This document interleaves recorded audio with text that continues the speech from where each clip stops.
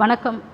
இந்த கலைஞரோட 103வது பிறந்தநாள் விழா எங்கள் இல்லத்தில் கொண்டாடினதில் ரொம்ப சந்தோஷம். இதில் என்ன பண்ணியிருக்கார் கலைஞர் அப்படின்னு எல்லாரும் ஒரே வார்த்தையில் கேட்டுருவாங்க.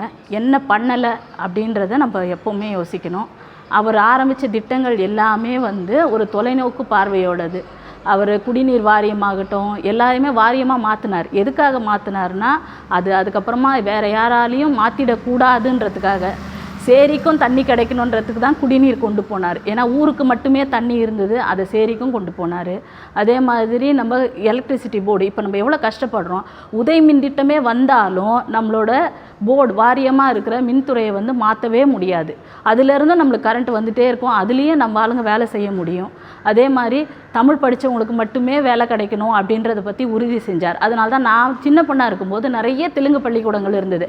அப்போ கூட என்ன சொன்னார்னா, தமிழில் படித்து தமிழில் பேச எழுத தெரிஞ்சவங்களுக்கு மட்டும்தான் வேலை கொடுக்கணும் அப்படின்னு சொன்னார். அதனாலேயே தெலுங்கு பள்ளிக்கூடங்கள் குறைஞ்சிது. எல்லாருமே தமிழ் படிக்க ஆரம்பித்தாங்க. தமிழர்களுக்கு மட்டுமே வேலை வாய்ப்பு அப்படின்றத அவர் தொலைநோக்கு பார்வையாக கொண்டு வந்தார். ஆனால் இப்போ இருக்கிற தமிழர்களுக்கு அது தெரியல. அதே போல் பெண்களுக்கு சொத்துரிமை கொண்டு வந்தார். பெண் பிள்ளைகளுக்கு ஈவ்டீசிங்கிறது இந்த தமிழ்நாட்டில் குறைஞ்சதுக்கு காரணமே அவர் கொண்டு வந்த ஒரு சட்டம் தான்.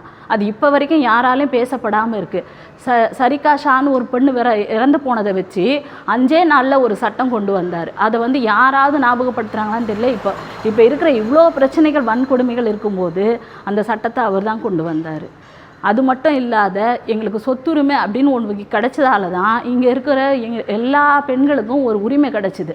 அது இப்போ இந்தியா ஃபுல்லாகவே சொத்துரிமை கொடுக்கணும் பேசுகிறாங்கன்னு இப்போ பேசுகிறாங்க. அதை எப்போ கொண்டு வந்தார்னா 89லேயே கொண்டு வந்தார்.